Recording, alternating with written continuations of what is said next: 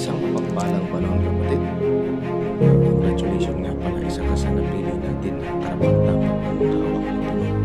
So, pihit ka lang sa akin at pag-usapan natin ito sa pusong talan. So, ito ay pinasama ng City sa Kalitin at saka yung panawag ng mga susunod tayo dito sa susunod tayo dito sa pangalaman ng mga sa usang Marita Bula Moses. Ito po ang pangalan nila na sa